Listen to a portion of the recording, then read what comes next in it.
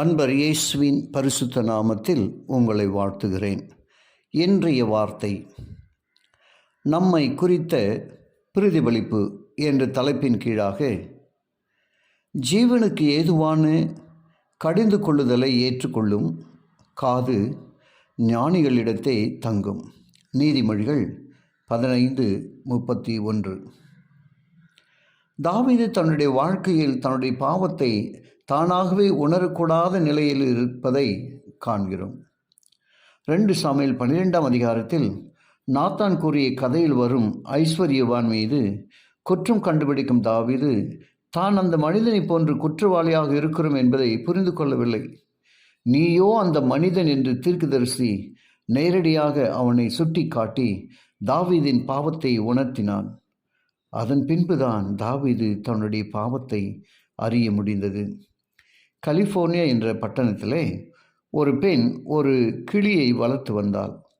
அந்த கிளி அடிக்கடி இருமல் ஒலியை எழுப்பி கொண்டிருந்தது. அவளுக்கு எரிச்சலை தந்தது. பொறுமையை இழந்த அவள் கிளியை ஒரு மிருக வைத்தியரிடம் தூக்கிச் சென்றாள்.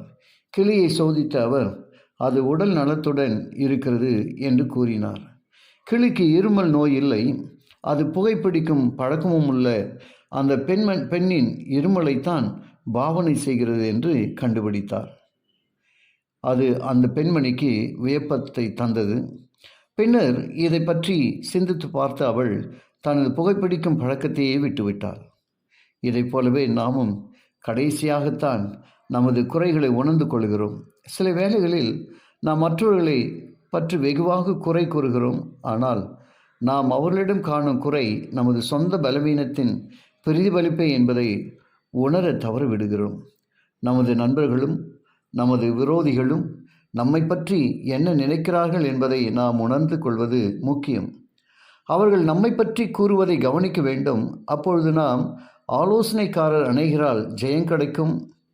நீதிமொழிகள் 24:6 என்பதை அனுபவத்தில் பெறுவோம்.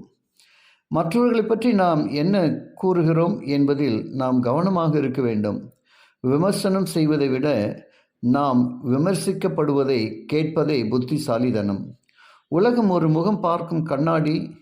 ஒவ்வொரு மனிதனும் தனது முகத்தின் பிரதிபலிப்பை அதில் காண்கிறான் என்று அறிந்து கொள்ள வேண்டும். கண்டிக்கப்படும் போது பாவத்தை மறைக்க முயலாமல் தாவீதைப் போல அறிக்கை செய்து விட்டுவிட வேண்டும். ஜெபிப்போமா? கிருபையுள்ள நல்ல பிதாவே, உமக்கு நன்றி செலுத்துகிறோம். உடைய அன்புக்கு கொடான கொடி ஸ்தோத்திரம் அப்பா. எங்களை சுட்டி காட்டும் பொழுது எங்களில் இருக்கும் குறைகளை உணர்ந்து அதை ஏற்றுக்கொண்டு அதை கைவிட்டு வாழும் நல் வாழ்க்கை எங்களுக்கு தரும்படியாக நாங்கள் ஜெபிக்கிறோம். இன்றைய வார்த்தையை கேட்ட ஒவ்வொரு மகளை நீங்கள் ஆசீர்வதிங்கப்பா.